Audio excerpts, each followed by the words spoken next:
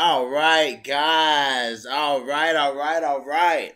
Welcome back to No Filter MMA. This, of course,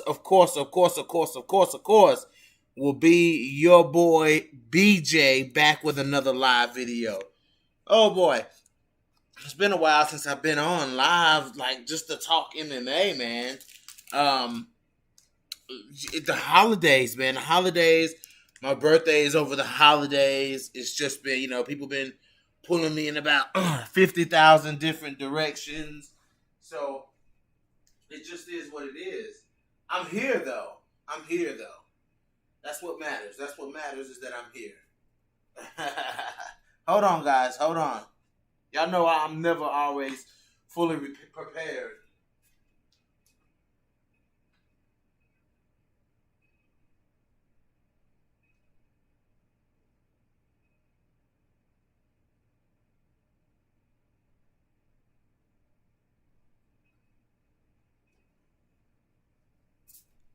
All right, guys. So I'm back. So here I am. Here I is.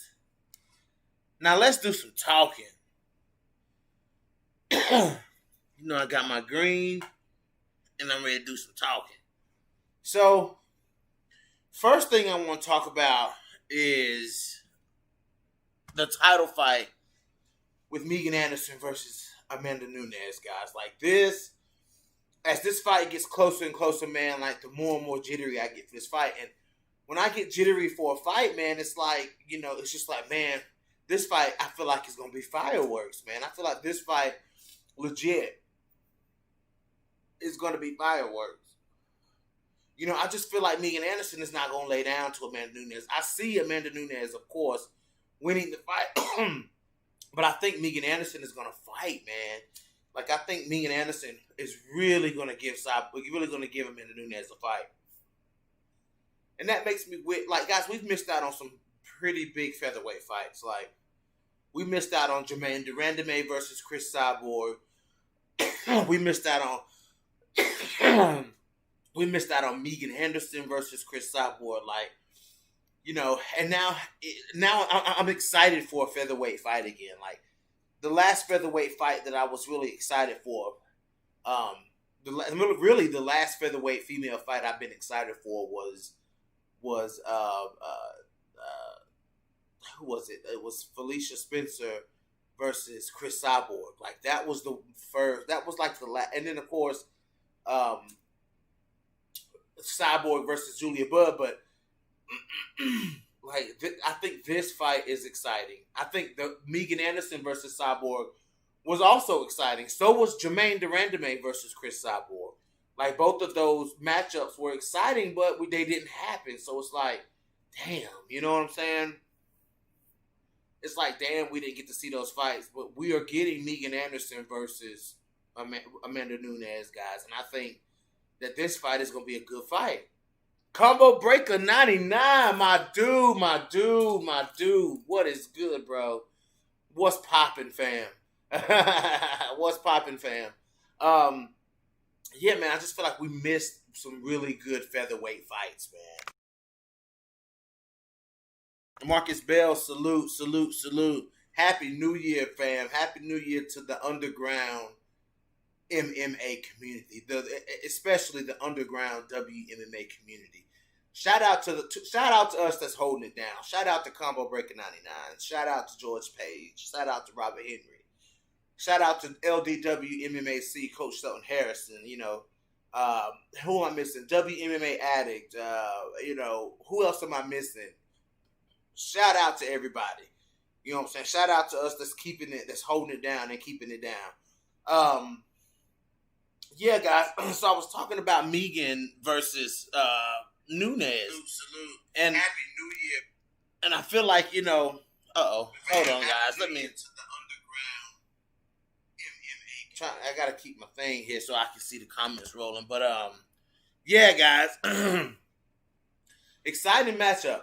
I think, Amanda Nunes, like I've talked about this before, guys. I think Amanda Nunes' clear path to victory would be to try to get Megan Anderson down. Because once you take out Megan's legs, man, like, she's gonna fall. And like, Megan's size is much of a detriment to her as it is an advantage. You know what I'm saying? Like, it's as much as a detriment to her, because what did Felicia Spencer do when she got hit? Felicia Spencer immediately went for the legs of Megan Anderson.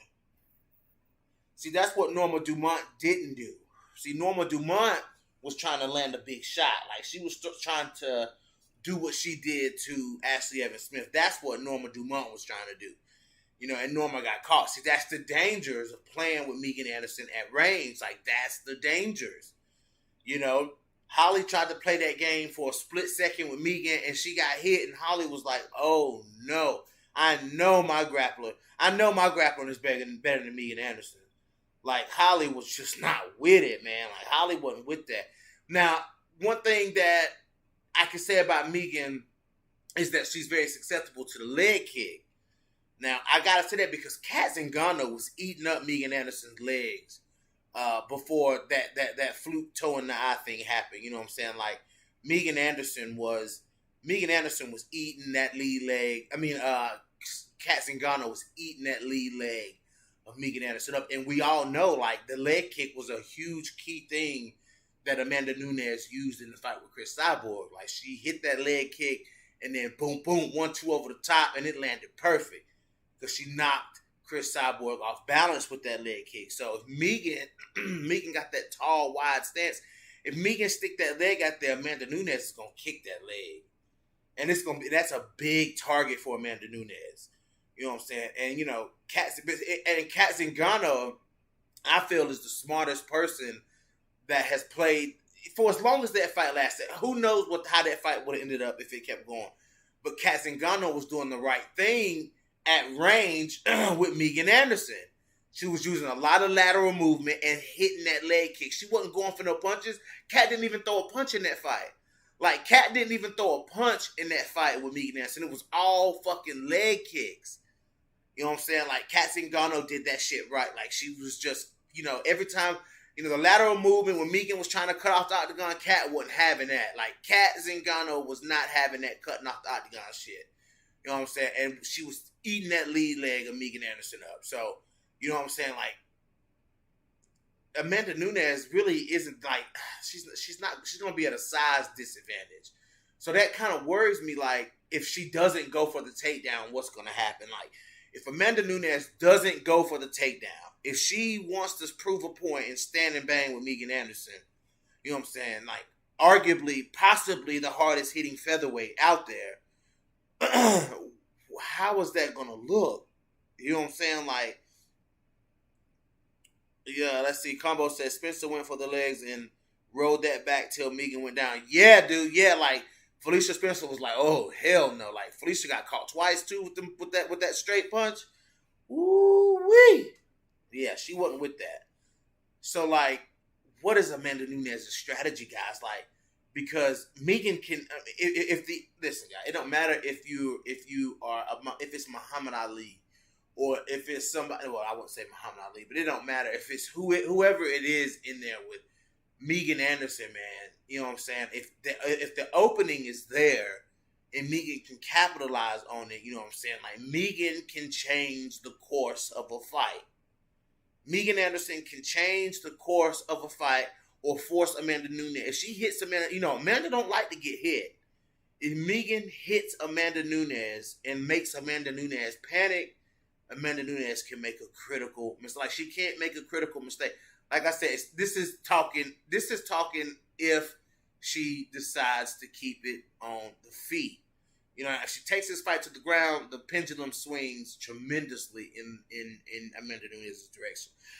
But if Amanda Nunes chooses to keep this fight, because Amanda Nunes, I think, will dictate where this fight is.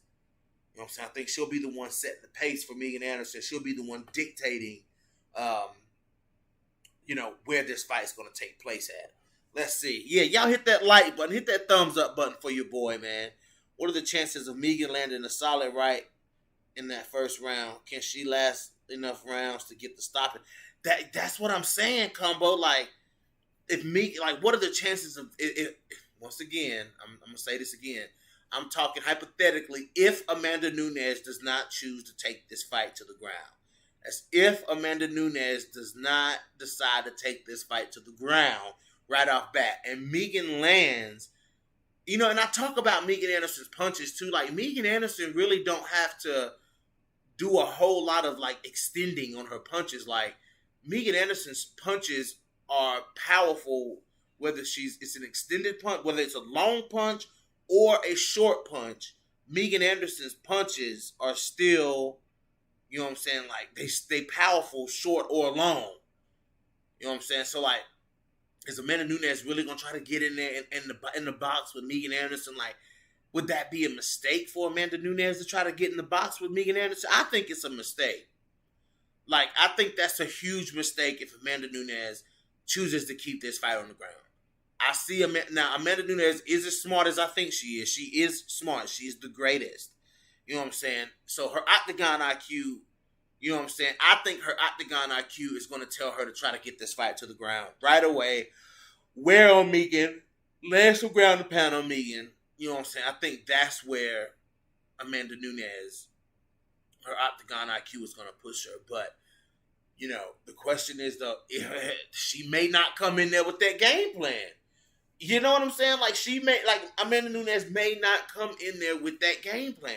What if she don't come in there with that game plan? What if she want to stand at range with Megan Anderson, y'all? That is a huge question coming into this fight. I mean, you know, that's the question that I'm battling with in my own. I don't know what y'all battling with about this fight, but I'm battling with this. And I would have been battling with this, you know, in the fight with Chris Cyborg too, man. Like, if Megan Anderson were to fight Chris Cyborg, you know, especially the Chris Cyborg that was the version of Chris Cyborg back, the version of Chris Cyborg that we have now, we see a lot of clinch work and a lot more grappling from Chris Cyborg. You know what I'm saying? But the Chris Cyborg that was fighting when, you know, that fight was supposed to take down, you didn't see much of that. So, like, I mean, the point I'm trying to make, guys, is standing and trading with Megan Anderson for anybody is just is huge risk. You know what I'm saying? Like, you know, and the thing about Kat has really good octagon IQ, and so does Amanda Nunes. You know, and Kat knew exactly what to do at range, and eventually Zingano was gonna close the distance and wrap Megan up. Eventually, that was gonna happen. You know what I'm saying? But when Kat was at distance, she was doing it right against Megan Anderson. Let's look at these comments. Megan doesn't have those kind of fights where Megan can even deal with Amanda. That doesn't make sense, Marcus Bell. Megan doesn't have those kind of fights where Megan can deal with Amanda. That doesn't make sense. Amanda doesn't need to take it to the ground to win. It's a lower risk option, but definitely not the only one. No, it's not the only one. Like, no. When you're talking fighters like Megan and Amanda on the feet, man, it's like it's really who lands the big punch first. You know what I'm saying? Like, it's who, if they're fighting on the feet, it's who lands the big punch first. But Megan Anderson is extremely fast, and she hits. I mean, she's not. I won't say extremely, but Megan Anderson has very quick hand speed, and she hits hard. You know what I'm saying? Like, no, Amanda doesn't have to take it to the ground, but it's a risk standing and trading with Megan Anderson, and that goes for anybody. It's not just Amanda. Anybody, you know, it's a risk. Like, Megan Anderson has backed up people like Holly Holm. You know what I'm saying? Like, she made Holly Holm think twice, and she made Felicia Spencer think twice. The only people who didn't give a damn about Megan Anderson's power was Norma Dumont and Kat Zingano. Them were the only two people who didn't, and look what happened to both of them. You know what I'm saying? Like, Charmaine Tweet tried to stay in the pocket with Megan. Look what happened. You know what I'm saying? Like, that's the thing, man. But does Megan Anderson have the skill set to be able to land that punch? Like, can she land that punch on somebody like Amanda Nunes? You know, that's the question. That's the huge question.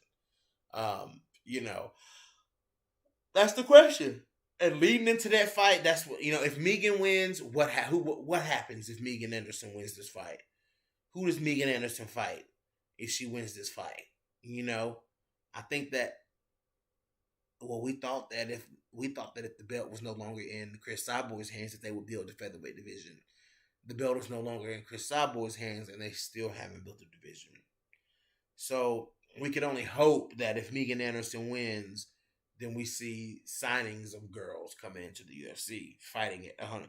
Even if it's girls that we don't even know of. Like, I mean, like, even if it's like a whole Contender Series roster of just featherweights and every last one of them gets signed, or the winners, like, say, you know, the Contender Series has a 6-fight night with the 6 winners get signed to the UFC. At least we will have 6 girls plus Zara Dos Santos, plus Megan Anderson, plus Felicia Spencer, plus Danielle Wolf, plus Leah Letson. We'll have featherweights.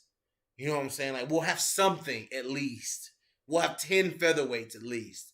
You know what I'm saying? So, I mean, because I just don't, I mean, it's been, how long has Amanda had this belt now? 2 years? And they really haven't added anybody to the division. You know, just a couple of people, you know. If Megan wins Felicia rematch, no, I don't. I think they'll make Felicia win another fight. They're not gonna give Felicia. I don't think they'll give Felicia a title shot off of a loss. Nah, I don't think they'll do that. I don't think they'll get. They don't. They don't love Felicia that much. They love Felicia, but they don't love Felicia that much. No, I don't think so.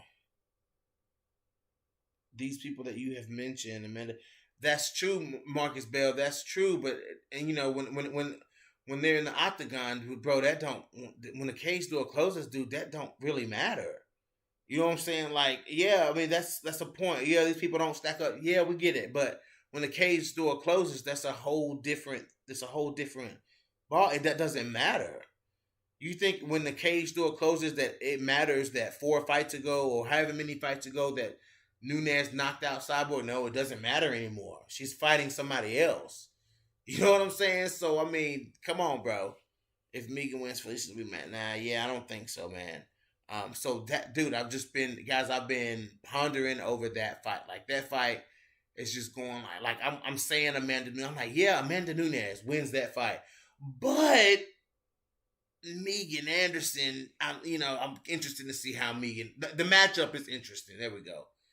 The matchup is interesting with me because Megan Anderson can win this fight. Megan Anderson can win this fight. You know, absolutely. Megan Anderson can win this fight. You know, I'm seeing it like 75-25 for Amanda Nunes. You know what I'm saying? I'm seeing it 75-25. Amanda Nunes. Never say never because there's a featherweight division. Therefore, Felicia has a good chance of getting a title shot. Yeah, she does, but we'll see. Maybe they'll put Felicia Spencer in there. Maybe they'll put Danielle Wolf in there with Felicia Spencer. Oof. I would hate if they did, though. You know, I would hate if they did. You never know, guys. You know, Leah Letson might pop up. I know she's training. She's getting she's getting back used to doing what she does. So, you know, Danielle Wolf might get. It's time for Danielle Wolf to book a fight, man. You know what I'm saying? Like, you know, she won this fight on Contender Series. Like, it's time for Danielle Wolf to fight. You know, maybe she'll fight Zara Dos Santos. Zara Dos Santos versus Danielle Wolf. Like, that's the fight. That's the fight we need to see. That's so funny. That's the fight we need to see. Zara Dos Santos versus Danielle Wolf. Like, there we go. Boom. That's who we need to see. Oh, boys, that's funny. That's funny. Let's see here. What's next on the list to talk about? I ain't gonna be on here all night. I'm tired. Oh yeah. So it looks like from last I heard, it looks like Dana White is still trying to book. See, this is what I'm talking about, man. Like, what is going on here? It looks like he is still trying to book Zhang Weili versus Rose Namajunas. Somebody, listen, guys, listen. I'm gonna put it like this. Y'all can believe what you want to believe. You can believe what you want to believe, okay? But I'm just telling you, you can believe what you want to believe. But somebody ain't signed the contract. I mean, listen. Somebody has not signed the contract. You know what I'm saying? I mean, for Pat Barry and Rose to come out and say we want this fight, why is a contract not been signed? We how many weeks out now? We what, a week, 2 weeks out from that now? And we still don't have a signed contract? That's suspect. That's real suspect. Like, I'm just saying, man, like, and Carla Esparza is waiting in the wings. Look at your screen. Carla Esparza is waiting in the wings. What's going on? Are we gonna keep going with somebody who has all these reasons that they're not signing the contract, or are we going to go with the fighter who's ready to fight? What are we gonna do here? Robert Henry, what you mean? Here we go with that mess again. Rose has not signed the contract. Will somebody in the comment section tell me, is that the truth or is that a lie? Is that somebody please tell me? Has Rose signed the contract, and is there a date for this fight? Has this fight been announced, or did I miss that this fight got announced? I'll wait for somebody in the comment section to answer that. Did I miss the Zhang Weili and Rose official announcement? Somebody let me know while I'm somebody please let me know so I can correct myself if I'm wrong. I'll wait.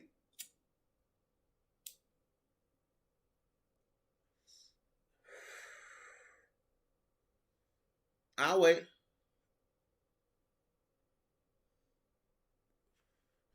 Okay. Yeah, okay, you might be right about that, but let me pull up something right quick.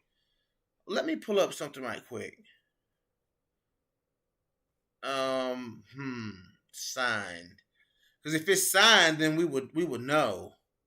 If it's been signed, then we would know. Let me see. Let's see what it looks like. Because if it's something there, let's see what the latest is about that. Let me see.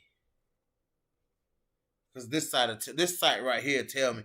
And let's see what it says. If it's something about it, I'm going to put it on the screen right here because I just need to know what's going on. Oh, there's something. Okay. Let's look at this.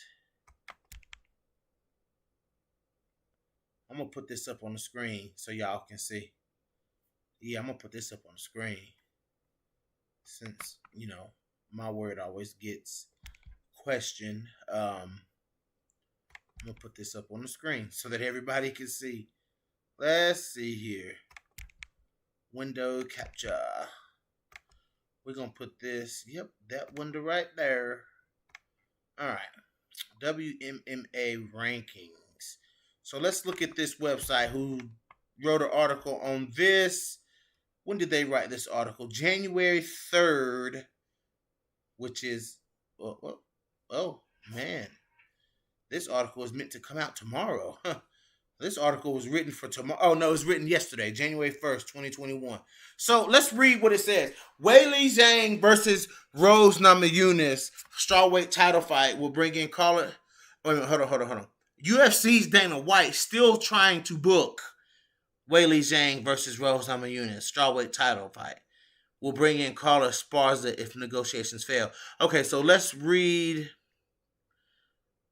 Okay, UFC President Dana White has revealed that he is trying to get a strawweight championship fight booked between reigning title holder Zhang Weili and former champ Rose Namajunas. Okay, let's keep looking.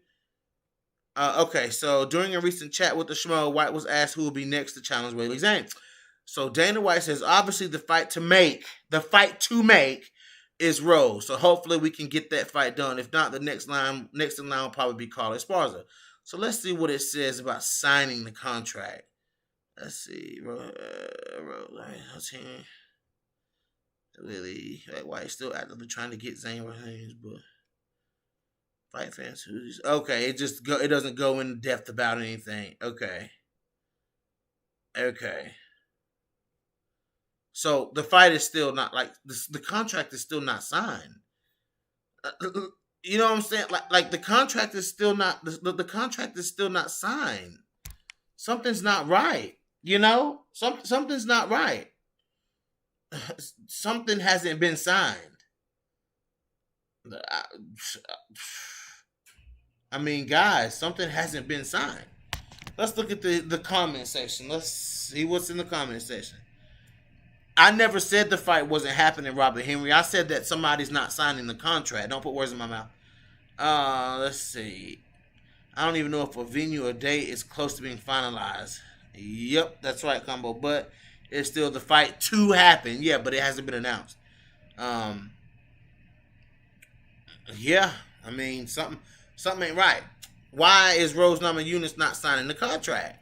Now, they done went through this whole public thing. They done went through this whole public back and forth, and the fight is still not booked. Like the fight is not booked. No matter what you say about it, the fight is not booked. I mean, so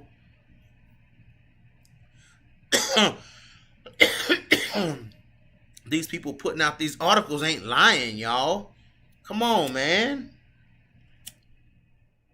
Why would these people sit up here and write articles and make up lies? I mean, come on, man. It's the fight to happen once Rose Namajunas signs the contract. Then the fight will happen. What's going on?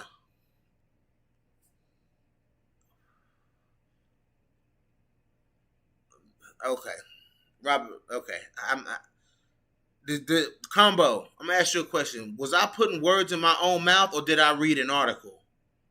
Did I read the article and go by what the facts say? The facts say that Rose Namajunas has not signed the contract. The fight has not been made. What is going on? Here we go arguing opinion versus facts, just in an effort to try to make me look like I don't know what the fuck I'm talking about.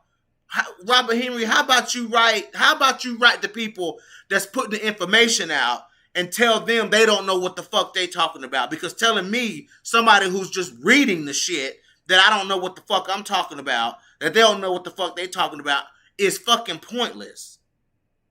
I mean, I just don't understand why people argue. People shoot the messenger around this motherfucker. Stop shooting damn messengers around here. Golly. I'm sitting here reading the article and Robert Henry telling me how wrong they are. And saying I'm putting words in my own mouth. What the fuck are you talking about? I'm talking about what I read. Jesus Christ. I mean, what is going on here? What the hell? Anyways, back to what I was saying. Because I don't get it, Robert Henry. Like, I don't get why you refute me on stuff that I just showed. I just showed it to you and you argued about it. Like, Robert Henry, what does that mean when you do that? What does that mean? The great benefactor, Rose.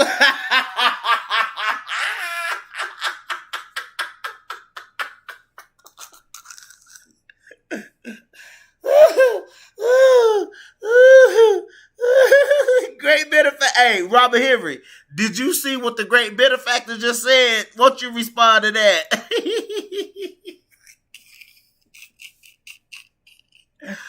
Oh boy. Oh, let's see how quick you respond to that, Robert Henry. Now that's an opinion. That's an opinion. No. We ain't talking about no link. That's an opinion as to what that's what you argue, Robert Henry.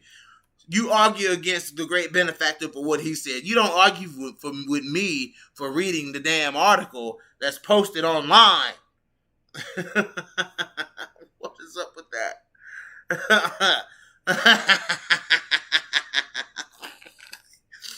Oh man. Hey, great benefactor. Great benefactor. He ain't said nothing. If you want to come in, man, you come in, but not right away. I got some stuff to do. I've got stuff to talk about. Great benefactor. He ain't said nothing, boss. He said, Rose. He just put it out there. Rose on the run. Boy, about to get it started up in this piece, boy.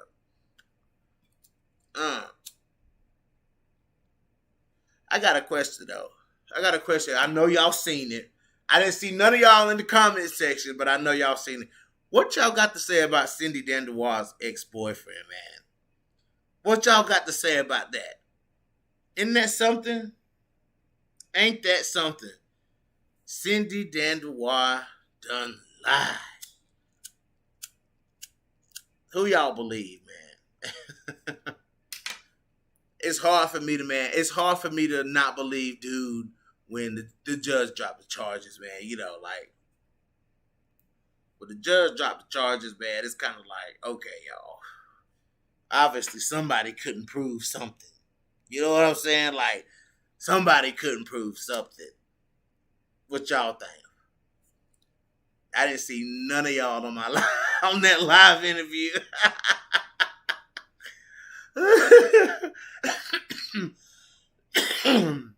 I didn't see none of y'all on that. Oh yeah. Oh, okay. Yeah. Oh, okay. Robert Henry, why don't you respond to the great benefactor? Why are you responding to what you got? Why are you responding to me? What you really want to be saying to the great benefactor? I never said Rose was running. I never once said Rose Namajunas is running. The great benefactor said that, Robert Henry. Respond to him.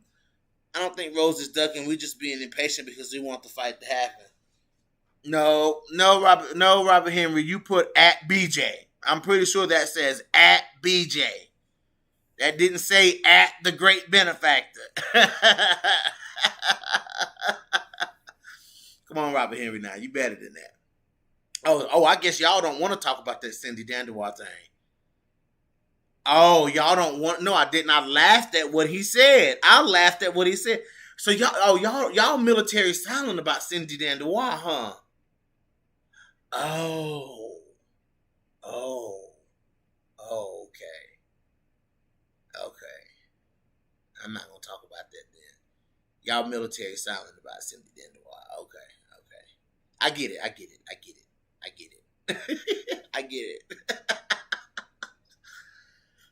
guys. I get it.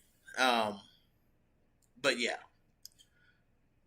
I guess we won't get a conversation about that.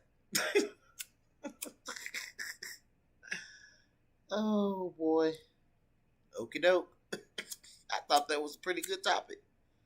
That's a pretty good topic. Y'all don't want to talk about that. Oh, damn. Uh-oh. Robert Henry. It took that much for me to make. That took that much coaxing out of you, Robert Henry, to make you respond to the great benefactor. But you quick to respond to me, though. You'll respond to me in 2.5. I had to coax you into responding to the great benefactor. Damn, y'all really are military silent about this. I'm never gonna forget that. Wow. Why y'all silent? Why y'all ain't talking about that? Oh boy.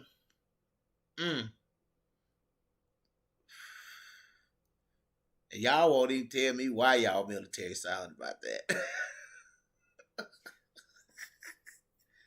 Code 40, that is not to be discussed. Oh, that's funny. That's funny.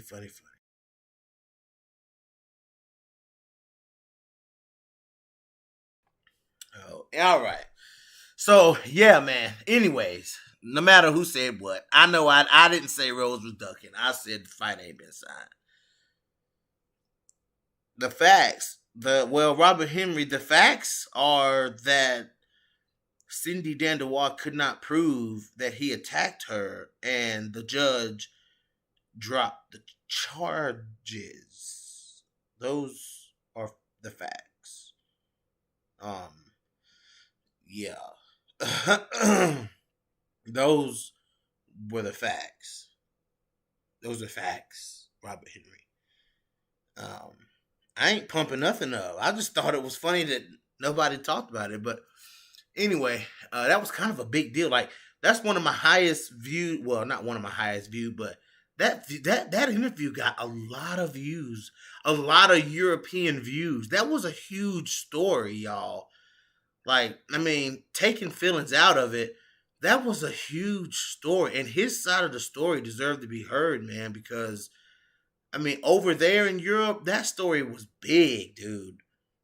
You know what I'm saying? Like, and when his name got cleared of that shit, man, because I was his friend on Facebook, because I was reaching out to him about 2 years ago. I was reaching out to him to try to get an interview with Cindy Dandois, but then I was like, nah, I really don't want to interview Cindy. You know what I'm saying? Like, I don't really have much to talk about Cindy with. Like, she's not really like solid anywhere. Like, she's not solid in Invicta.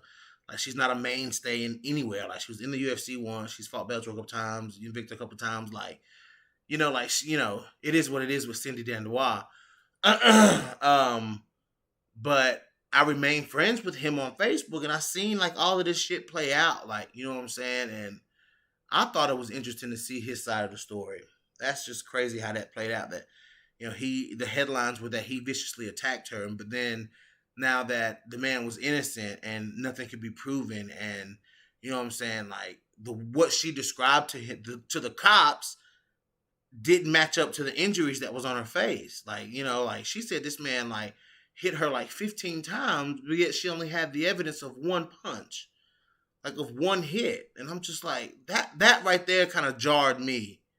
And then his name got cleared, and I was like, I think he has a good story. You ain't got to fall for it, bro. But I mean, judges don't just let people go, bro. Like, if a man is beating on a woman and it's for sure that he's beating on her, he's going to jail, bro. But I mean, Robert, you think what you want to think, Robert. I listen. I can't tell you how to think. You can't tell you how to think. But we ain't talking about that. Let's move on. So if Rose Namajunas finally accepts the fight, obviously that's the huge fight. You know what I'm saying? Like, that's a huge fight, obviously, if Rose Namajunas takes the fight. Stylistically, it's a rough fight for Rose. You know what I'm saying? Because I feel like, can Rose hurt Weili? Yes. Yes, Rose can hurt Weili. So it is what it is with that. But Weili can also hurt Rose, I think, a lot more often than Rose can hurt her. So that makes it interesting. I think Weili can hurt Rose a lot more often than Rose can hurt her. So, and I don't think Rose is quite as durable as Weili Zhang, obviously.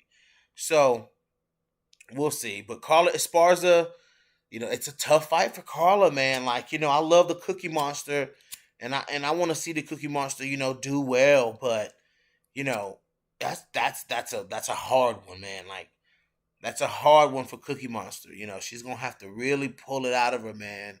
She's going to have to pull all that heart out of her, man. Her losing that belt by stoppage and then clawing her way back to talks of a title shot.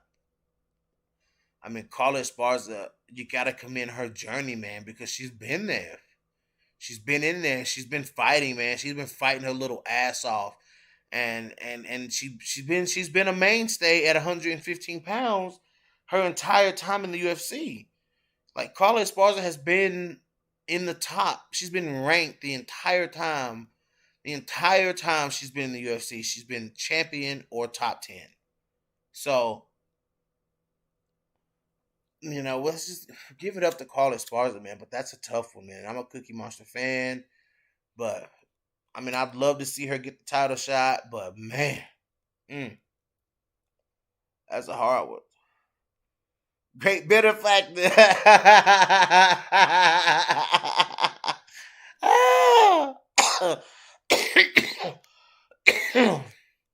Great benefactor. Boy, you done scared Robert Henry, boy. You gotta quit that, great benefactor. You done scared Robert Henry into hiding. Let's see. Yana Kunitskaya is... Dude. Alright.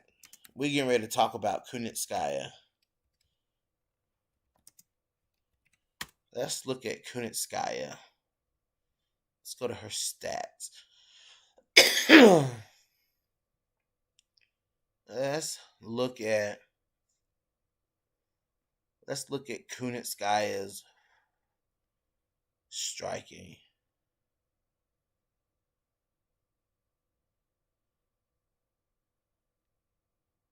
Let's look here.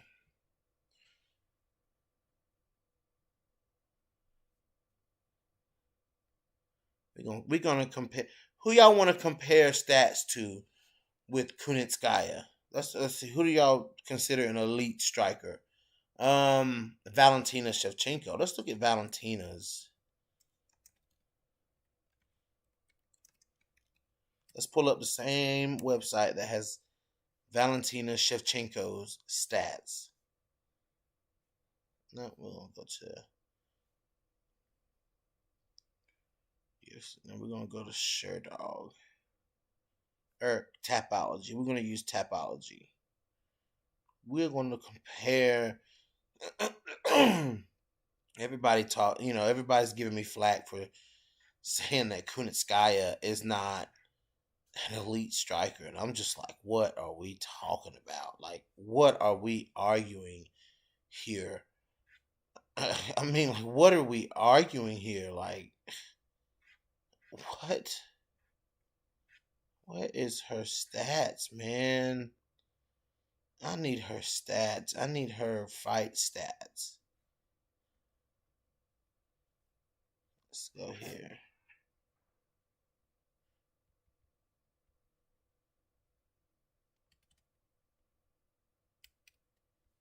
We're going to look up stats.com.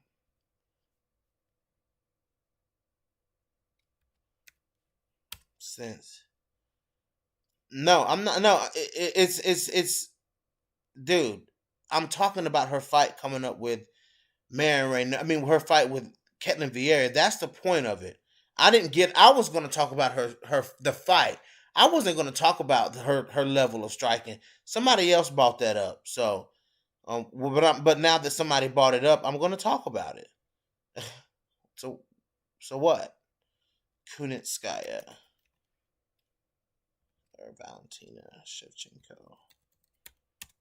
We're gonna look it up. Valentina Shevchenko. Okay, so I am going to share this screen to you guys. Since you guys say that Kunitskaya is not a good striker, man, and who gives somebody hell? I mean, I can't believe that I get backlash for saying that Kunitskaya is a good fucking striker. What are we talking about here? I'm gonna make this big enough so everybody can see it. How about that?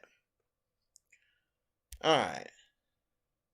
So Valentina Shevchenko's stats say striking accuracy is 50%. Okay. Strikes absorbed per minute 2.03. That's good. Let's see. Significant strike defense 62%. Let's see.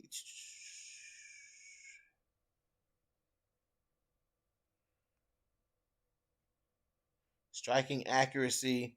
Significant striking accuracy is 50% for Valentina Shevchenko. Let's keep going. Let's look at some more of these. Where do you go to see the stats? Okay, let's look at her fight with Katlyn Chookagian. Let's look at that one. Let's look at the stats from that fight.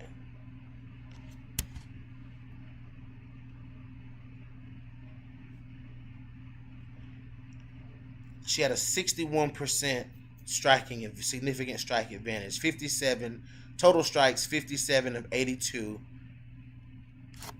Okay, so 40. That's pretty good. That's over 50% striking accuracy for Valentina Shevchenko. You know what I'm saying? So, I mean, let's look at it per round. All right, let's use it. 13 of 28 in the first round, 46%. 10 of 19, 52%. 17 of 18, 94% in the third round. Guys, that is good striking. That's elite striking. Now, should we take a look at Yana Kunitskaya? Striking accuracy, 54% striking accuracy. Okay, let's look at what was Valentina's defense?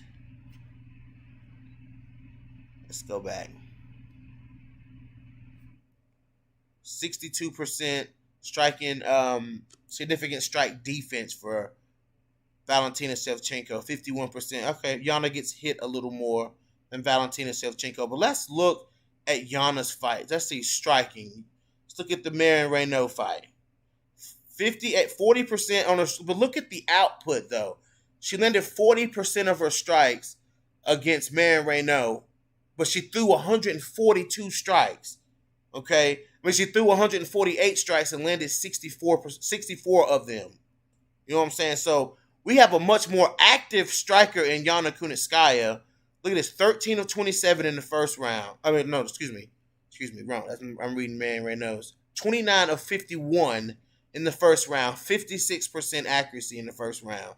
40 of 76, 52% accuracy in the second round, and 29 of 96. She lost that third round, 30% accuracy. All right, let's look at Kunitskaya per round. I mean, look, dude, she outstruck Marion Renault significantly in the fight. Look at 35% landed to the head, 27% to the body, 36%. Listen, I'm not going to keep arguing stats about Yana Kunitskaya. I'm not going to pull up her stats, and I'm not going to keep defending if Kunitskaya is an elite striker. Listen, Yana Kunitskaya has been trained in striking longer than any of us have been even thinking about the sport of mixed martial artists. She's an elite striker, and her accolades say that. Her accolades tell you that she's an elite fighter. I don't have to argue what Yana Kunitskaya, what her striking, what level of striking she is. You know what I'm saying? Like, I mean, let's look at her accolades here. I mean, just let y'all know how crazy y'all sound when y'all make crazy fucking statements like Kunitskaya is not an elite striker. Then what is she? What is she? Yana became involved in martial arts early in her childhood, starting with Taekwondo at a preschool age, and won numerous tournaments among both boys and girls, with many fights ending in knockouts. At 12 years old, she began competing in hand-to-hand combat, participating in a large number of fights without suffering a defeat. When she was 16 years old, Kunitskaya went to live and study in St. Petersburg and entered SPG UFK. Department of Boxing. At age 18, she started practicing mixed martial arts. Yana Kunitskaya has been training fighting her entire life, and she's been training mixed martial arts since she was 18 years old. Let's see. Let's take a look here.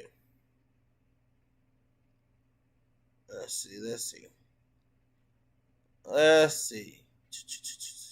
Let's look at her accolades. All of her accolades.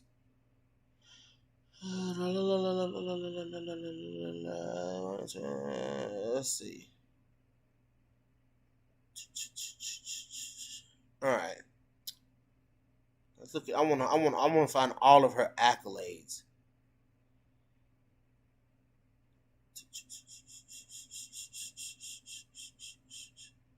Let's see. Okay. Yana Kunitskaya defeats Tanya Evger for the Invicta Bantamweight title on November 18, 2016. Yana Kunitskaya becomes the Verdict Fighting Championship boxing champion in 2012. Let's see. I mean, guys, I'm not going to argue, you know what I'm saying, if Yana Kunitskaya is an elite striker, okay? I'm just not going to keep arguing that. 2007 Yukata World Champion, 2007 Russian Taekwondo Champion, 2010 Bushido Women's MMA Champion, 2011 Russian Muay Thai Champion. I'm not going to argue with that, man. I mean, that point is mute and dead. That point is mute. Thank you, TJ. Thank you. Yana's been hustling a long time. Thank you. No, the relevance is that Marcus Bell made the comment that Yana Kunitskaya was not an elite striker, and I'm like, why are we having that conversation? Like, is that statement being made over and over every time Yana's name is brought up? Everyone's saying, oh, she's a bad striker. Like, in what world are we talking about that? What fight are we watching that shows that Yana Kunitskaya has bad striking? Like, when does her striking ever look bad? Please tell me. Like, tell me a fight where her striking looked bad, or you show me a fight, or let's just flip it. Go find me a fight that Yana Kunitskaya didn't stay committed to a jab. That Yana Kunitskaya, you know what I'm saying, didn't use good foot movement. When Yana Kunitskaya didn't throw front kicks to the body. When Yana Kunitskaya didn't clinch you up and fuck you up with knees. You know what I'm saying? When Yana Kunitskaya didn't doesn't jab people to death and elbow people to death and step in elbows and do her fucking thing. Show me a fight where she does that. Damn near every one of her damn fights. But all of a sudden, Yana Kunitskaya sucks as a striker. Okay. Anyways, the fight with Ketlin Vieira is very fucking intriguing to me. You know what I'm saying? And I wanted to see this fight before her last fight with Stolarenko. Like, I wanted to see this fight. This fight has been booked, I think, maybe one or two times to happen. You know what I'm saying? Um, it's intriguing because Ketlin Vieira, you know what I'm saying, she does have good box. Like her striking is really good, but she's a little heavier than Yana Kunitskaya. And what I mean by that is like she's not on her feet. She's not light on her feet like Kunitskaya. Like Kunitskaya is her movement is good. Like she does get hit though. Her defense is not that good, but her movement is good. And what Yana does very well is Yana sticks a damn jab. You know what I'm saying? So Yana is gonna fight at range, and if the fight comes in close, you know what I'm saying, then I think Yana Kunitskaya would have the physical strength advantage over Ketlin Vieira. You know what I'm saying? Like Ketlin is big and Ketlin is strong, and Ketlin can be a featherweight, but so can Yana Kunitskaya. You know what I'm saying? Like we saw how Yana looked at featherweight in there with Chris Cyborg, and Yana Kunitskaya is fucking big. Like at 145, she would fit right in at 100. I don't think she hits like a 145 pounder, but Yana Kunitskaya could fit and fight at 145 pounds.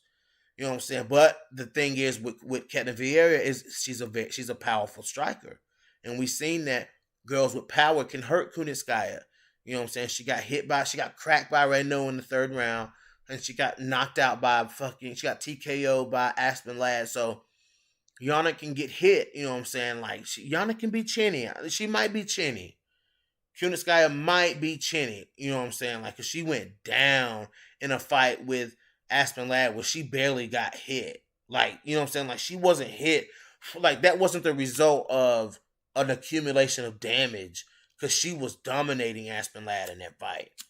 Like, Kunitskaya was beating Aspen Ladd's ass, but Aspen Ladd did get the ground and pound, but I don't think it was enough to put Kunitskaya down the way that she put her down, man. But she put Kunitskaya down with that punch. You know what I'm saying? Yeah, like Ketlin doesn't have the best footwork. That's what I'm saying. Like she's not light on her feet. Like, you know, she don't move like Kunitskaya. You know what I'm saying? And one thing about Kunitskaya, man, if you listen, if you are content to stand and trade with Yana Kunitskaya, that is her world. That is her world.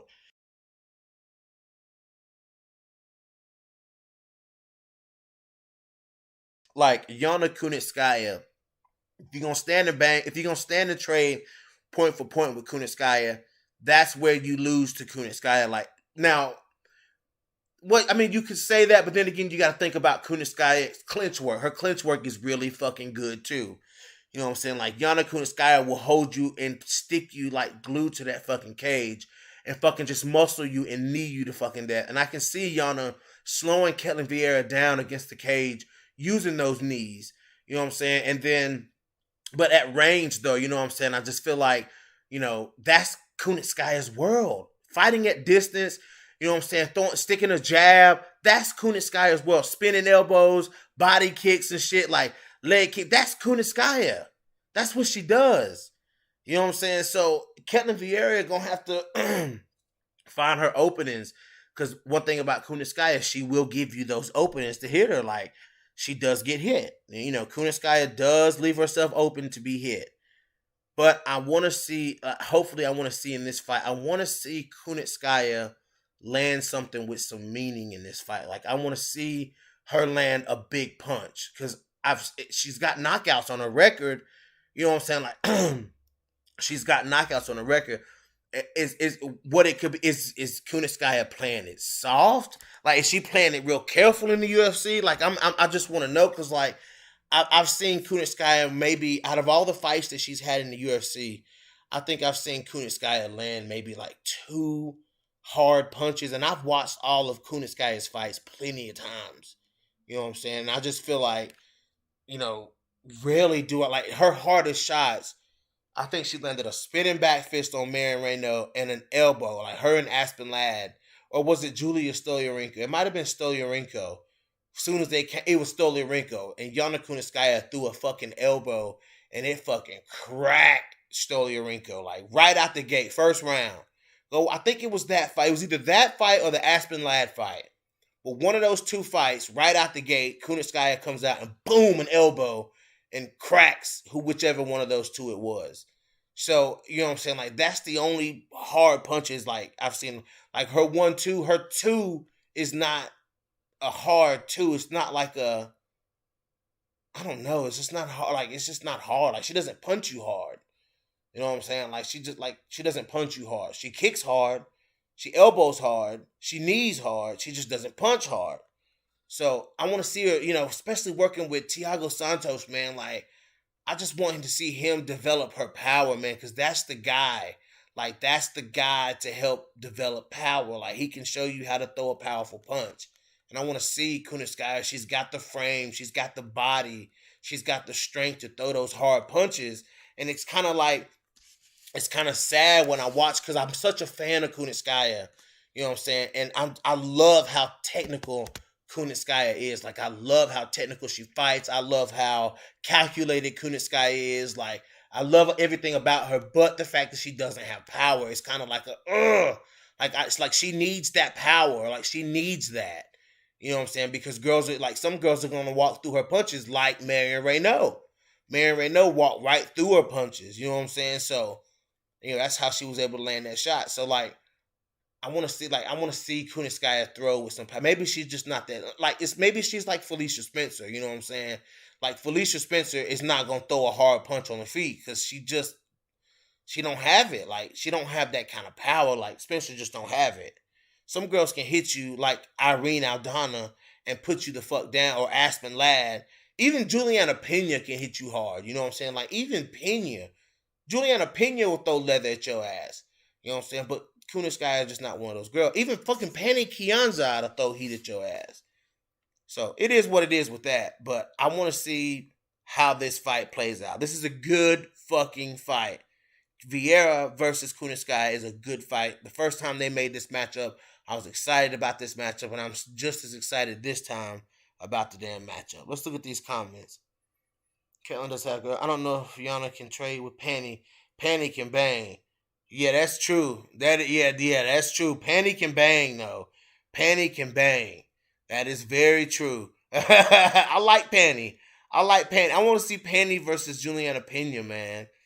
Like, I like that fight. Win or lose, Yana ain't going anywhere though. She never has. What does that mean, TJ? What does that mean?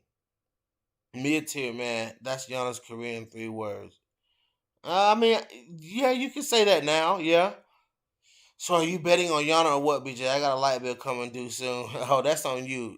But I am choosing. I'm not betting until it's big fights, bro. We bet on big fights. This ain't a big fight. If it was Kunitskaya versus Holly Holm, then yes, I would bet Kunitskaya on that. You know what I'm saying? Like, because that's a big fight. That's a big fight. So, I mean, if it was Holm versus Kunitskaya, will bet Kunitskaya. If they ever make that fight, TJ, if they ever make Holm versus Kunitskaya, you can take Holly Holm because I'm taking Yana Kunitskaya, bro. So, yeah, you do that. You do that.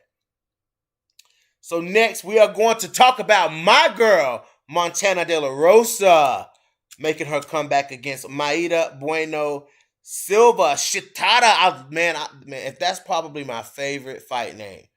Like, I swear, like, Maida Bueno Silva's fight name is probably my favorite fight name.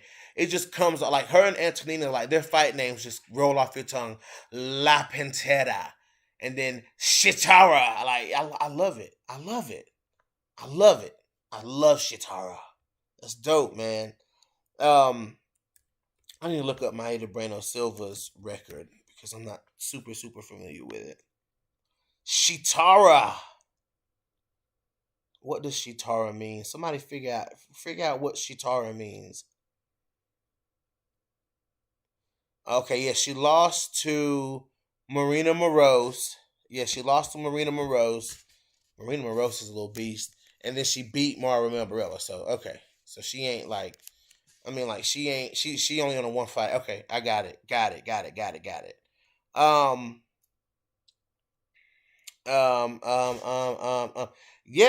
Yeah. Let's see. Montana De La Rosa, man, listen, she lost that fight with Viviane Araújo, dude.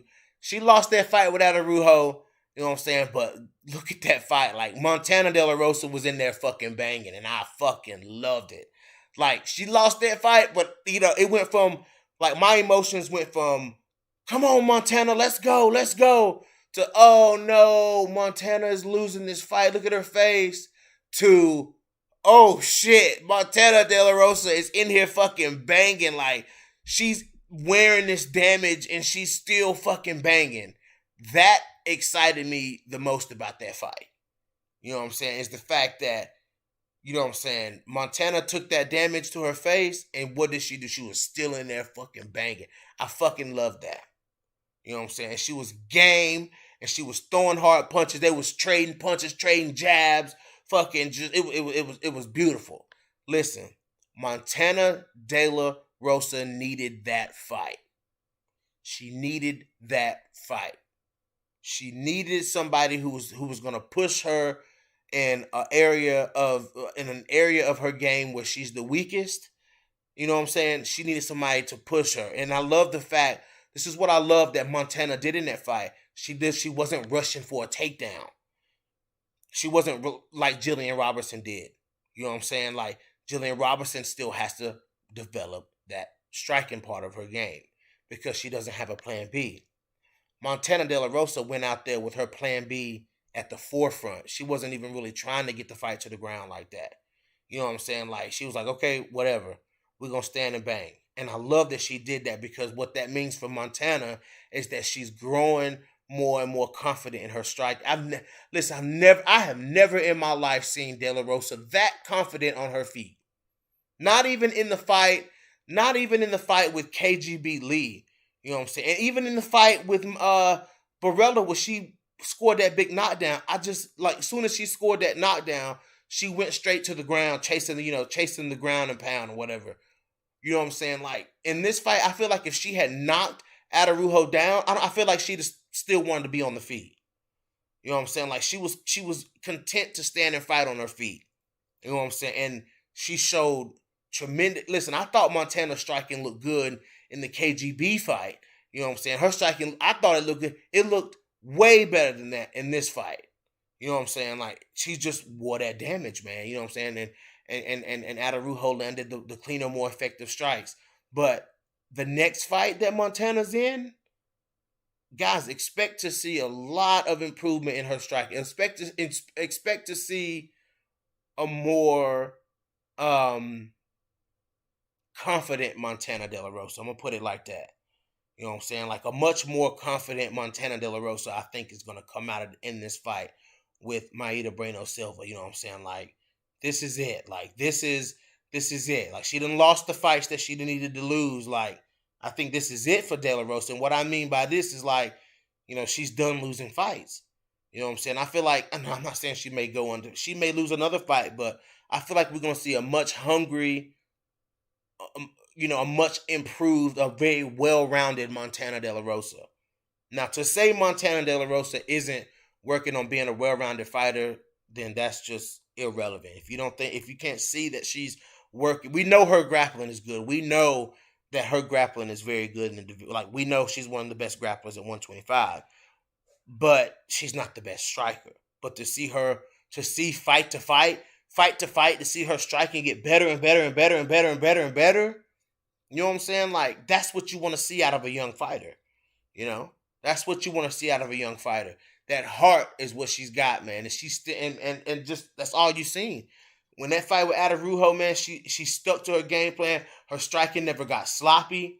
Her striking never got sloppy in that fight. You know what I'm saying? Like, she never deviated from the game plan. You know what I'm saying? Stick that jab, throw that right hand. You know what I'm saying? And that's what she was doing, man. She was throwing kicks. In that second round, man, Montana De La Rosa won that second round, bro. That was a good damn fight. That was a good fight. I've watched that fight probably 10 times. I'm just like, damn, what a banger. So, that was a banger ass fight. That was one of the best women's mixed martial arts fights in 2020. That was definitely one of the best. Like as far as just like a scrap, that was one of the most like scrappiest fights of 2020. Let's look at these comment section. Yeah, that Marina Moroz fight combo. Yeah, that was exciting, bro. You know what I'm saying? Like that was I was wanting that to happen, but fuck, it didn't happen. It did not happen. That I hope that fight still happens for sure. No, TJ Montana is not an elite striker, but she's a much improved striker. She's a much improved striker. Montana has every tool to be a good striker. She's got the size, she's got the reach, and she's got the power. And she's got all the makings to be a well-rounded fighter. Her grappling is already said. Her grappling is already spoken for. But as far as her striking, she's got every tool that she needs to fight on to be a good striker. A good striker. All she needs to be is a good striker. That's all De La Rosa needs to be is a good striker. You know what I'm saying? Because her grappling, once she strings it all together, you got a dangerous fighter, man. She's a dangerous fighter. So, no, she's not an elite striker, but she's a much improved striker. Moroz was putting punches together against Mayra Bueno Silva. That's what Montana De La Rosa has to do. Yeah, combo. Yeah, she's got to string them together, dude. And she did that a lot in the Viviane Araujo fight. I seen her throwing a lot of combinations, which I like that. You know what I'm saying? Like, she's going to have to get that power. She's going to have to show Bueno Silva that power out the gate. Like, De La Rosa got to show her that power, dude. Like, she got to go after, like, you know what I'm saying? Like, show her that fucking power off rip. You know what I'm saying? That's what she got to do. Why should we expect to see improvement? She should have been improved by now. She has improved, bro. She has improved. What are you talking about? She hasn't improved. She has improved. Look at the fight. Yeah, Brano Silva can crack too. Yeah. She's got to watch out for that nose. She got to work on her defense. I hope she's worked on her defense. For sure. Hell yeah. But man, they did Jillian Robertson wrong, man. Right out of the rankings, she went. I'm like, damn, she dropped from number 12 to out of the rankings. And they still got Alexis Davis in the rankings? Like, what? Ugh. Moroz was stabbed in the body, and Moroz takes a lot of shots, but so does Montana De La Rosa. There'll be blood in this fight. Yeah, combo. Yeah, there'll be a lot of blood in this fight, dude. I think so. But I think Montana's going to string it together better in this fight. I think she'll string it together. She'll string it together in this Brano Silva fight. It's going to be interesting, dude. I think Montana might be bigger than Maida. Maida Brano Silva is big too. You know, it's like she is big, but De La Rosa's big too. So you know what I'm saying. But so is dude. Brano Silva gets hit too. Like Brano Silva. Yeah. I know what you meant, combo. Brano Silva takes a lot of shots. Yeah, dude. Brano Silva gets hit too. What you talking about? You have like Brano Silva is Valentina out here, bro. Her striking is not that good. She just hits hard. She hits hard. Technically, De La Rosa is the much better striker. To be honest. So, it is what it is.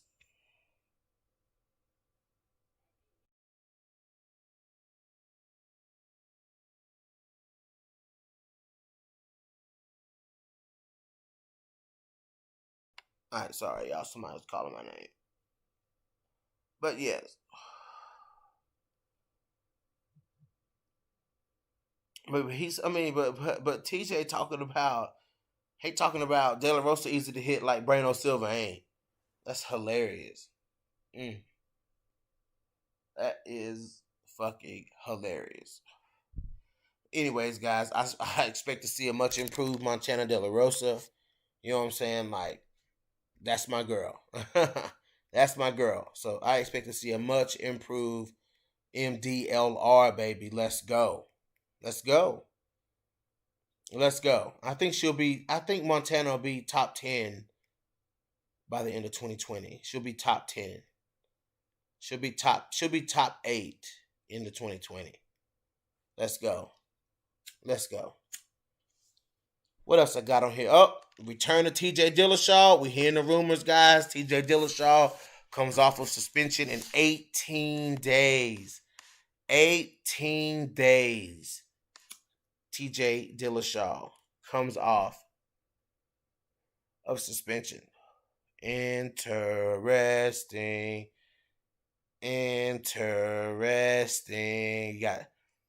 You got Jose Aldo out there, you know what I'm saying? Like, you got Frankie Edgar out there at bantamweight now. You know, Legends fight with Frankie Edgar. You got fucking Chito Vera, Sean O'Malley, Peter Yan. You got Marlon Mahice. You got Aljamain Sterling. Whew, man.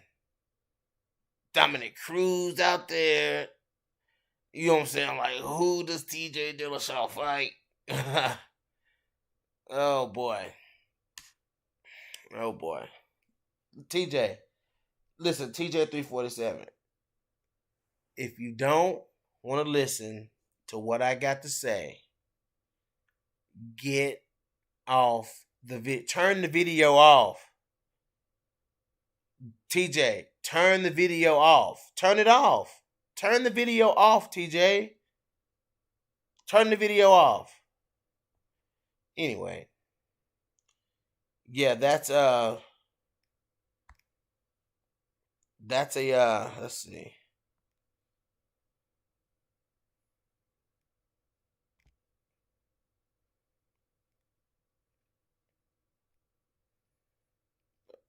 Wait a minute, guys, hold on.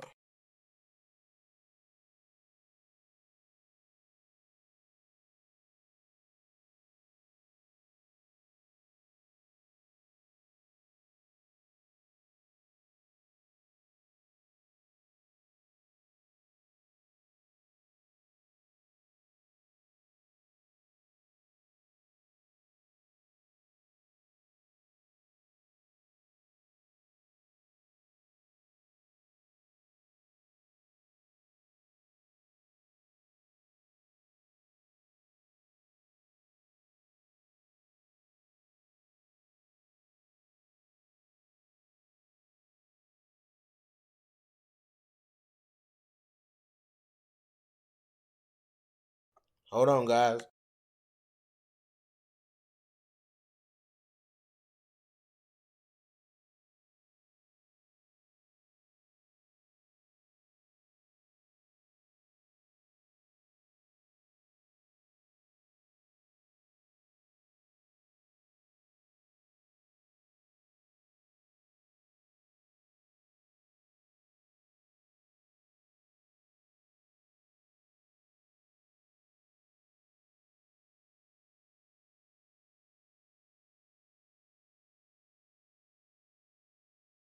All right, I'm back. I'm back. I'm back. I'm back. I'm back.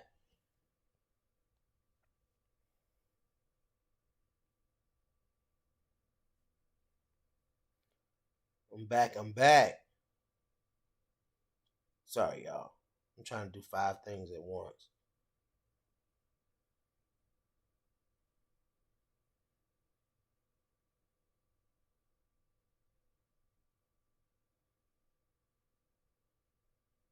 Okay. I'm back to y'all now. Yeah, man. Yeah. What was we talking about? What was we talking about? Oh, Montana. My girl, Montana De La Rosa. De La Rosa.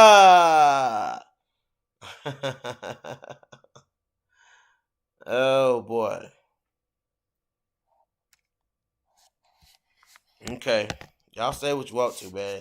That's what y'all think. That's what y'all think. Listen, if you don't want to hear what I got to say, get off the video. Why y'all keep Anyway, I ain't gonna go there. Anyway, I want to go on to my boy Hurricane Shane Burgos to face Akeem Dawodu. Oh, man. What a big fight. Shane Burgos lost his last fight, man. Listen, guys. I'm trying hard to get my boy Hurricane Shane Burgos on here. Listen, guys, that would be just about as exciting as getting Like I would feel that same way like I did when I got Jillian Robertson on, like one of my favorites. You know what I'm saying? Like it was fucking awesome. And it would be fucking awesome to get Shane Burgos on here, man. That would be so fun. You know what I'm saying? Like, cause I like Shane Burgos, man. And that fight he had with Josh Emmett, guys. I suggest if you've not ever seen Shane Burgos versus Josh Emmett, that is, I picked that fight for 3 rounds. For Bloody Canvas, we do our picks and we come up with a list of we came up with a list of different awards that we kind of gave out. We posted them on Twitter and tagged fighters in them. Through the all of us, what we picked is like 5-round fight of the year, 3-round fight of the year. I suggest you guys go check those picks out. You can check those. You can see those picks, the video versions of those picks on Bloody Canvas's YouTube page, and the written version of our picks is on bloodycanvas.net. Go check us out. But I picked that fight as 3-round fight of the year. You know what I'm saying? Like that was arguably one of the best 3-round fights of the year. You know what I'm saying? Like go watch that fight. It was a power versus precision thing. You know what I'm saying? Like Josh Emmett tore his ACL in the first fucking 30 seconds of the fight. You know what I'm saying? Because fucking Shane Burgos just come out kicking the fucking leg like a goddamn animal. And then, Josh Emmett made him step wrong and he fucked up his leg but he fought through it for 3 hard fucking rounds. Because what did Shane Burgos do the rest of the fight? Kick the fuck out of his legs. You know what I'm saying? So Burgos, you know what I'm saying? Like, man, but I mean, Josh Emmett was just throwing fucking unbelievable heat at Shane Burgos, man. And Shane Burgos ate those shots. He dropped a couple of times. You know what I'm saying? Like Josh Emmett dropped Shane Burgos a couple of times in that fight, man. But Shane got right back up, man. Just beautiful striking from Shane Burgos, man. Just, jabs down the middle, you know what I'm saying? Body shots. Fucking kicking that fucking low calf kick, man. Just eating fucking Josh Emmett's legs up, dude. And it was a beautiful fucking back and forth fight. Beautiful fucking fight. You know what I'm saying? And Shane Burgos is as tough as they fucking come, man. I can tell you that right now. Guys, I'm trying to bring that heat to y'all, man. Like, I'm trying my hardest to get Shane Burgos. You know what I'm saying? Like, this dude is the truth at 145 pounds. So, I mean, and the fight that he lost, look at the fight that he lost. Like, that was arguably the best fight of the year. And there was a couple of us that actually picked that fight as fight of the year. Like, a few of us picked that fight as fight of the year, man. That fight was fucking really one of the best fights I've ever seen, man. Like, I mean, just craziness. It honestly was I don't know, man. I don't know. That was just a good damn fight. It was a good damn fight. So I'm looking forward to see him fight Akeem Dawodu coming up soon. He hadn't fought since that Josh Emmett fight. He took some damage in that fight, man. Like his face was busted up in that fight, man. But they both were busted up. You know what I'm saying? Like they both needed some time off after that fight. But Burgos comes back against Hakeem Dawodu, and Hakeem Dawodu is a damn tough fucking dude, man. He's a good technical dude. You know what I'm saying? So I see it being a very high-paced striking match because that's the type of fight that Shane Burgos fights.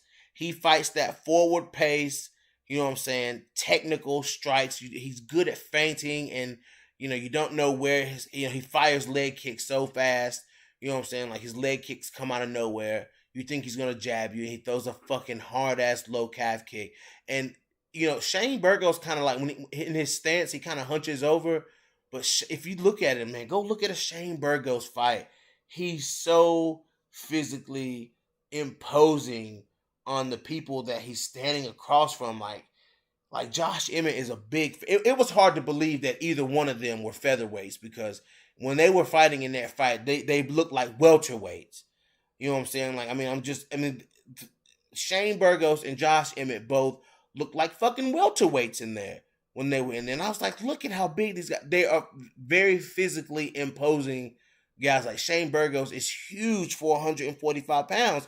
I think Shane Burgos, as he gets older, is going to be one of those guys that probably ends up moving up to 155 pounds because he looks kind of, sometimes he looks a little rough when he cuts weight, you know what I'm saying? But he's just physically massive at 145 pounds. And even though he hunches over, he's still tall as shit.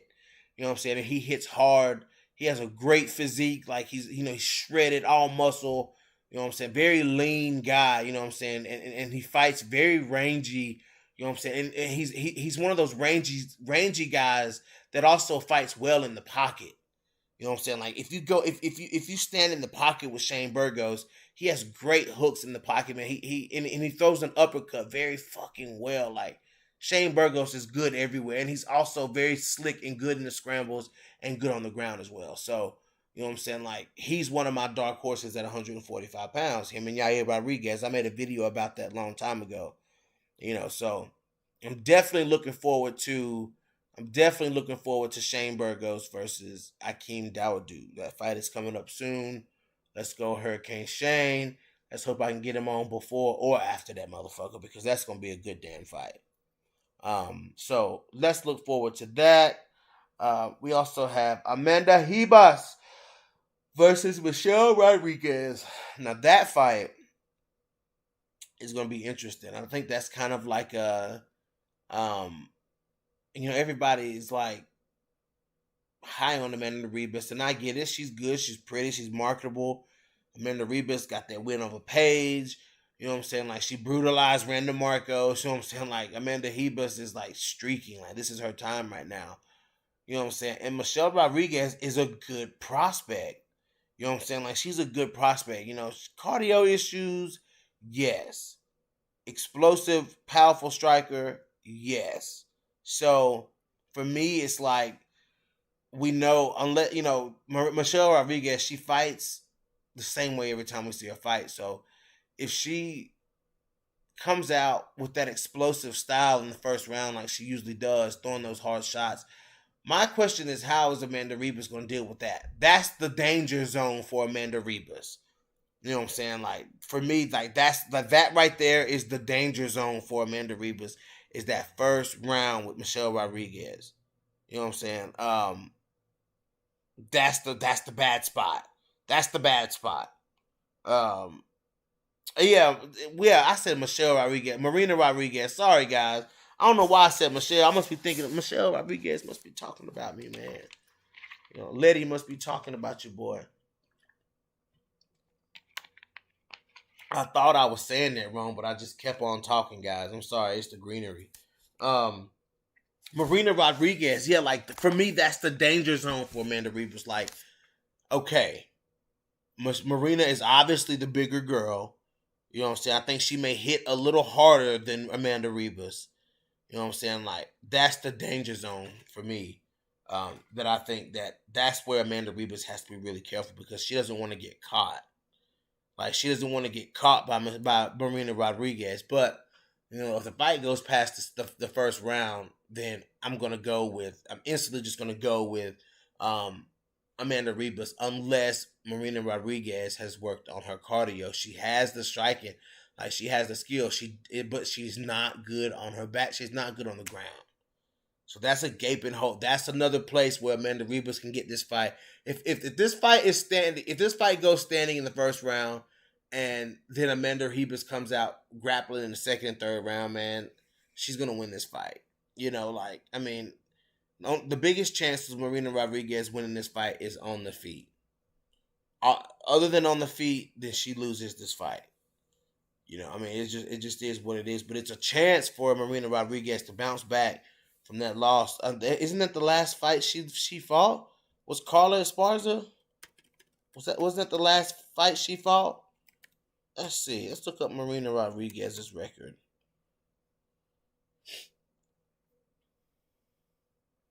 She's really pretty too. Yeah, she had that draw with Cynthia Calvillo. She beat Tisha Torres, beat Jessica Aguilar, draw with Vanda Marcos, draw with Cynthia. Yeah, okay. So,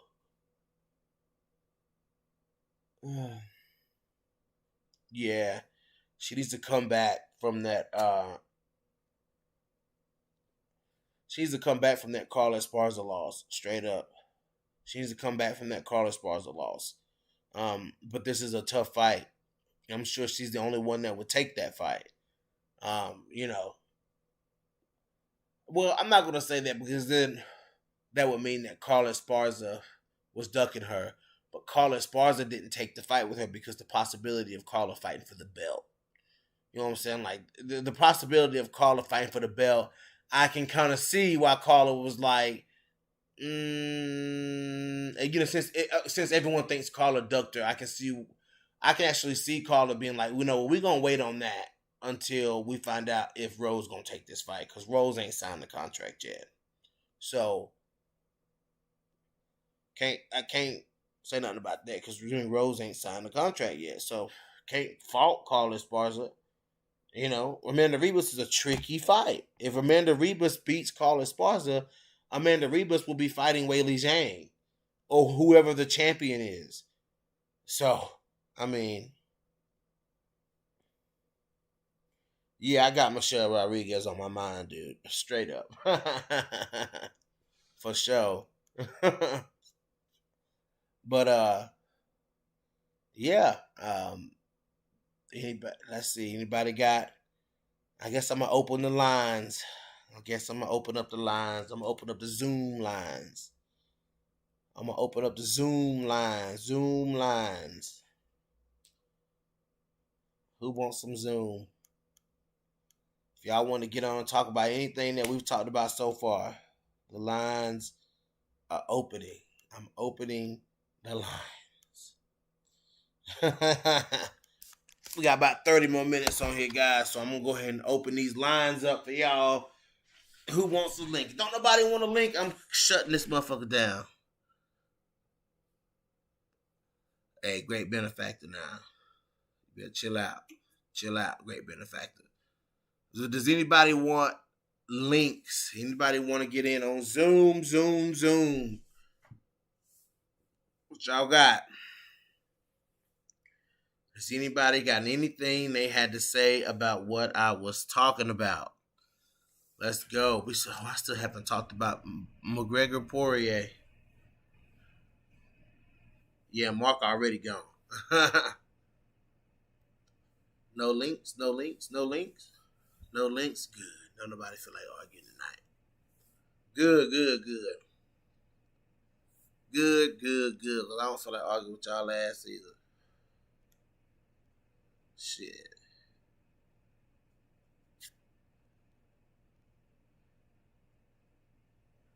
Let's see.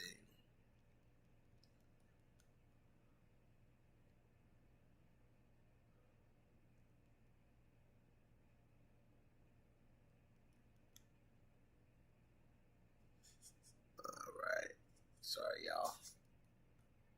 My phone just going off like I'm not busy. Any lines? Anybody want to come into the chat? Anybody want to come in and say their piece? You crazy, great benefactor. Montana De La Rosa getting ready to climb them rankings, dog. Oh, okay. Okay, Combo. I'll tune in, bro. Birthday cake. What you talking about? The one? What are you talking about, Marcus Bell? A birthday cake. I don't know what you're talking about, bro.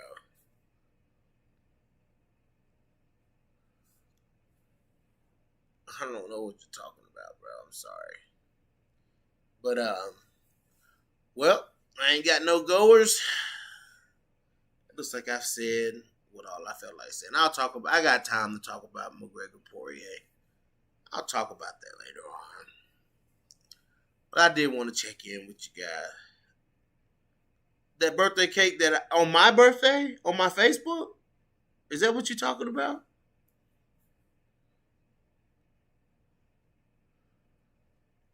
The birthday cake on my Facebook? Is that what you're talking about? Oh, that thing. Oh, bro, that thing got demolished. That thing got demolished. It was a key lime pie, too. Oh, my God. Did you see that cake, though? Did y'all see my cake? Let me see if I can put my cake up on the screen. Let me find my cake. There's my cake. Let's see if I can put my cake up on the screen right quick. There's my cake.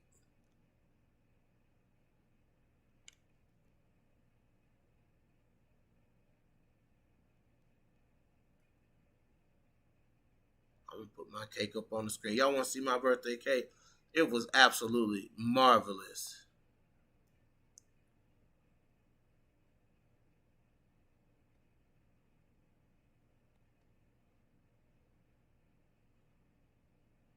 I'm about to put it on the screen. Hold on.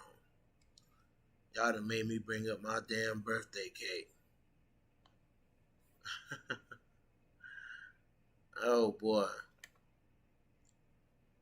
You crazy. Montana De La Rosa is getting ready to. Montana is getting ready to. She getting ready to beat Maida Bueno Silva's ass, y'all. I'm sorry, man. She getting Maida Bueno Silva's ass. I mean, it just is what it is. She getting that ass. I'm sorry, guys. You can say what you want to, but she beating her ass. All right, guys. Let's see if this video.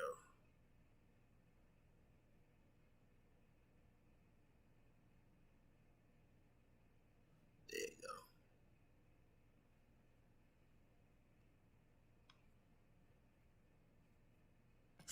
Let's see.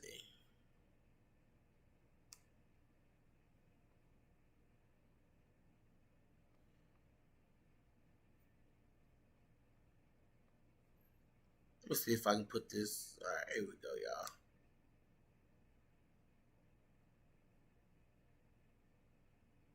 I might not be able to do it. It might not let me do it.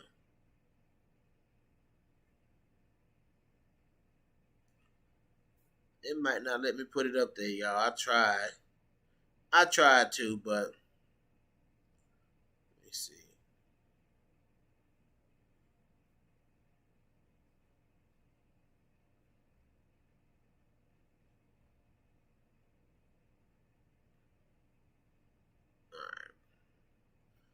I know I'm extra with this, y'all. I'm getting ready to close this live stream down, but I had to put it up here for a second.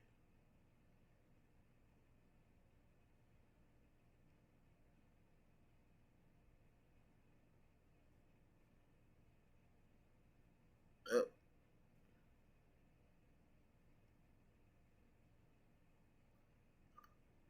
I'm extra, y'all. Yeah, dude. Invicta, no, come on now.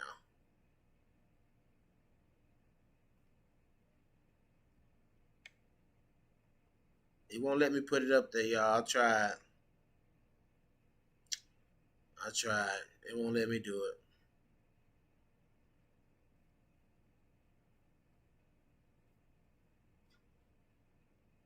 Won't let me do it, man. I tried. I can't do it. Let me see.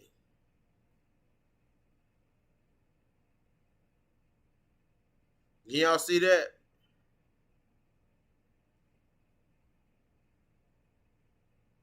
Can y'all see that? There. There it is. There's my cake. There's my cake. You make it play. There's my cake. There it is right there, man. That was my birthday cake. My friend got that done for me, man. Yeah, I loved it, man. Marcus Bell seen it. Appreciate that, dog. Appreciate that, man. Yeah, it was a pretty dope, pretty fucking dope. It was a pretty dope birthday cake, man, for sure. But let's see. yeah, guys, that's all I got for y'all tonight, man. I was just coming through to get on here and talk a little bit of shit. Y'all know how I do. Um, y'all know how it is. Y'all know what it is. Let's look forward to some damn MMA. It's been too long since we ain't seen no fights happen. I need some fights in my life. I need some fights in my fucking life. I need some fights on my TV. I need some fights on my TV. Straight up. So, who's missing? Who's missing that MMA action? Because I know for damn sure I am. Anyways, guys, this is your boy BJ back from No Filter MMA. Look at Great Benefactor retracting his comments. Dude, why you do that? Great Benefactor done went through and retracted all of his comments, y'all. That's so weird. That's so weird, Great Benefactor. Why do you do that, dog? Anyways, I'm getting out of here, guys. This is your boy BJ back from No Filter MMA. Drop those comments in the comment section.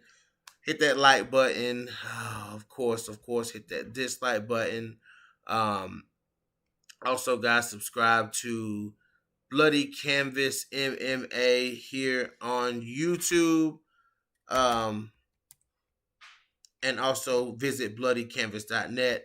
Subscribe to those guys. We are one. When the only thing that matters is being together. And we are out this piece. Why not bring the holidays to a Verbo vacation?